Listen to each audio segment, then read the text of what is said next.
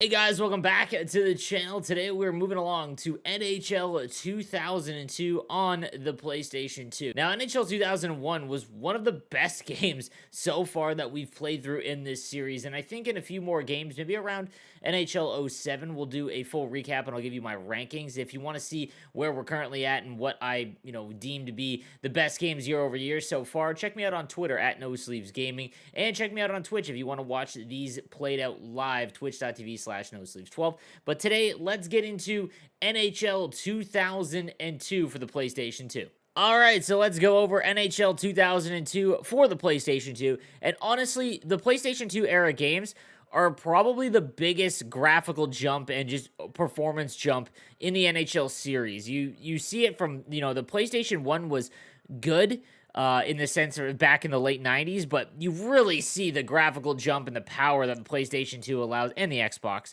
allows video games to take off, especially in sports, and NHL is no different.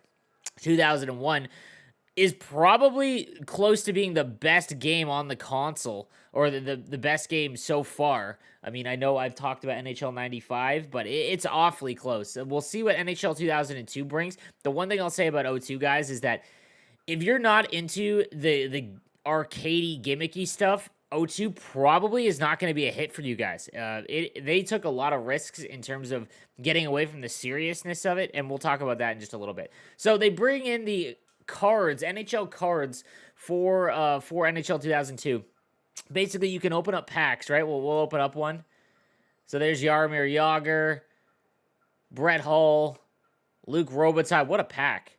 Brad Stewart, Alex Tanguay, Felix Potvin, Daryl Sador, Steve Hines, and Johan Hedberg, Yuri Lettinen. So what you do with these cards, though, guys, is it makes them, again, pretty gimmicky. When you go, let's use Jason Arnott, for example. If you flip it over, this card will make Jason Arnott a hero for one period, meaning that he gets all of his attributes boosted. And that's really what these cards do. This one, the silver one, will make it for 2 periods. But it's just... It's like I said, kind of gimmicky. If you're about the seriousness of the game and you like the simulation aspect of it, you're probably not really gonna like 2002. You probably prefer 2001 because the things that they add into the game, you'll more than likely just turn off. But that was one of the bigger additions early on, and I've got to say, why can't we get an Upper Deck partnership in NHL 2022? That would just be phenomenal. I would love it if they had real-life cards in Hockey Ultimate Team. All right, so now let's take a look at some of the other things you could do in games. So I take a look at Create a Player every single game, and they've really improved upon it, and 2002 is easily the best version of it so far. So early on in 2000, I believe in 2001 and in 2000, you could actually import your face, like a picture of you, onto the computer version and make it put your face in the game. Now, it wasn't always clear, but in this one, you can actually change the face features, which is the first time that you could do that. Just a cool thing. And you get this little, on the right-hand side, you get, the actual animation of the player. So definitely improving upon it. And, for early 2000s, this is a phenomenal job when it comes to Create a Player. Fantasy Draft is still in the game. So if you want to do a complete fantasy draft, there you go. That's still there. The other things that you can do, custom teams, nothing new there. And we'll take a look at the rosters real quick. I want to take a look at the Sharks, actually. We've got the Sabres with Stu Barnes and Gratton. Ginla's in 87. The Columbus Blue Jackets are now in the game. They're starting to become a little bit better. Sillinger, Sanderson, Dallas Stars. So now you've got all the expansion era teams in the game, I believe. So the Atlanta Thrashers are there. The Wild are there. West Walls in 85 overall. There we go. The Nashville Predators. We've got the Islanders. They've now been ruined. Milbury has completed the ruining of the New York Islanders, acquiring Alexei Yashin for Chara, a second, I believe, a first-round pick that ends up becoming Jason Spezza, which is awfully tough. He gives away Luongo to Florida and Olli Jokinen, and essentially ruins the next 10 to 15 years of the New York Islanders, which is just incredible. The Senators are a wagon. They become very, very good, and it's crazy that they don't win a cup, honestly. I remember those teams against Toronto early on in the 2000s, and like Hossa, Bonk, Redden, Alfredson, Havlat, Chara, Fisher, Phillips, it's wild. We've got the Flyers. They're still very good with Lindros, Mark Recchi, and Roenick. The Penguins with the cover athlete of Mario Lemieux. And the Sharks have Owen Nolan. This is the last year, I believe, they have Owen Nolan before they make a trade for him to get Brad Boys, Alan McCauley, And I don't remember the last one. This is the year before I become a Sharks fan, guys. I become a fan the year before the lockout. So I was never a fan while they had Owen Nolan. I loved Vinny Danfus, though, that I will say. And Patrick Marleau is now an 86 overall. Vinny Lecavalier is an 87. The Leafs have Sundin Roberts, Naslin, Bertuzzi, Jova. Wow, this was a good team, too. And the Capitals still have Jaromir Jagr. All right, so taking a look at the season mode in NHL 2002. Just, again, and I want to mention this. I mentioned it in the 2001 video. The menus are just very clean. Again, in the PlayStation version of the games, they just did not have the graphical technology to actually make them super clean. It was really pixelated, and now the PlayStation 2 obviously changes that quite a bit. Something I want to mention, someone in the comments section kind of blasted me for saying that you can't edit the gameplay in, 2021 and things like that. I need to address what I meant by that. So I talked about in the 2001 where you could literally go through and edit the finite details of the game. Basically so that the game would play exactly how you want to, which I think is a huge addition to the game because you don't have online play. Well, you sort of do in 2002, but we'll talk about that in a second. You can obviously do that in franchise mode and things like that in 2021. It's just not the most played mode. It's really a fraction of the player base plays franchise mode. I love it, and I personally do. But it's World of Shell and Hut, and you just don't do that anymore. So what you get is what you get.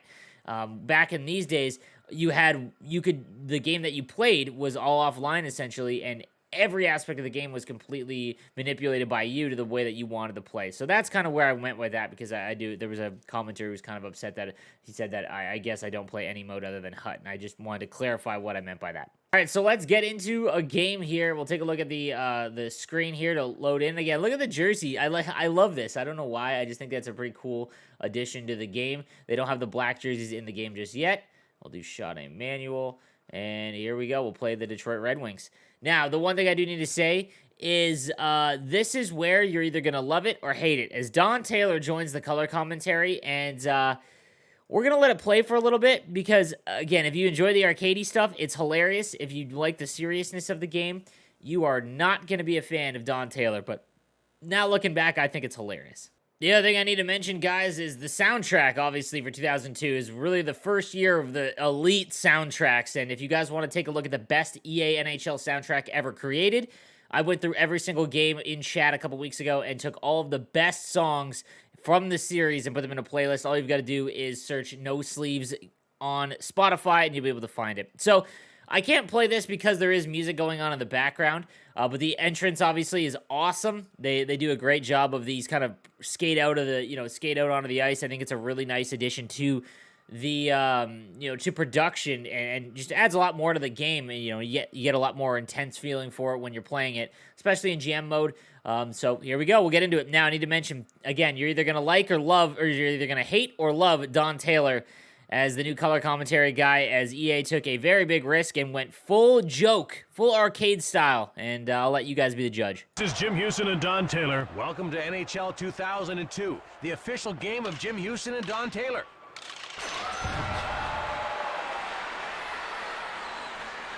Intercepted.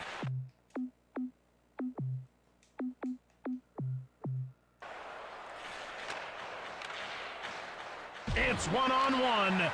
Stewart.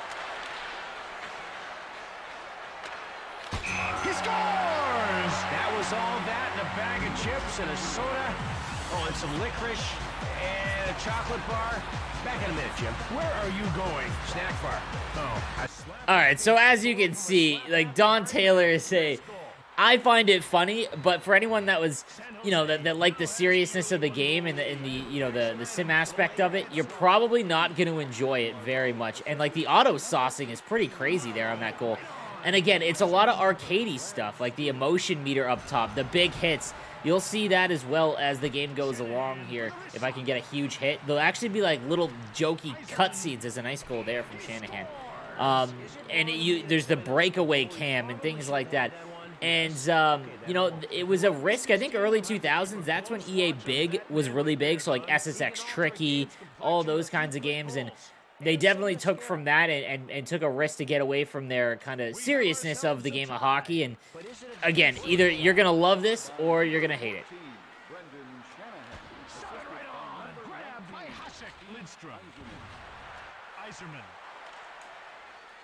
He gets dropped. It's one-on-one. Marlowe. Hasek with a couple of big saves. By Hasek. Shanahan gets checked. There it is. Like, look at this. Like, that's hilarious, but after, like, you know, you've played 5 or 6 games, the 3 replays on a hit, kind of a little much, you know what I mean?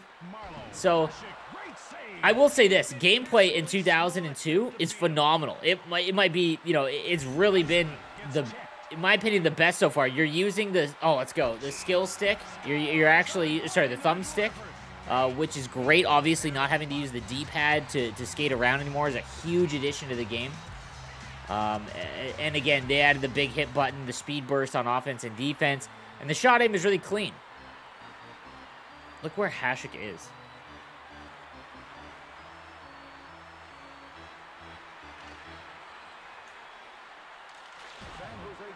The ice, again, that's getting an improvement as well, and that just comes with the increase of the console. But yeah, so the emotion meter, when you get like full emotion, your guys all get big boosts in stats.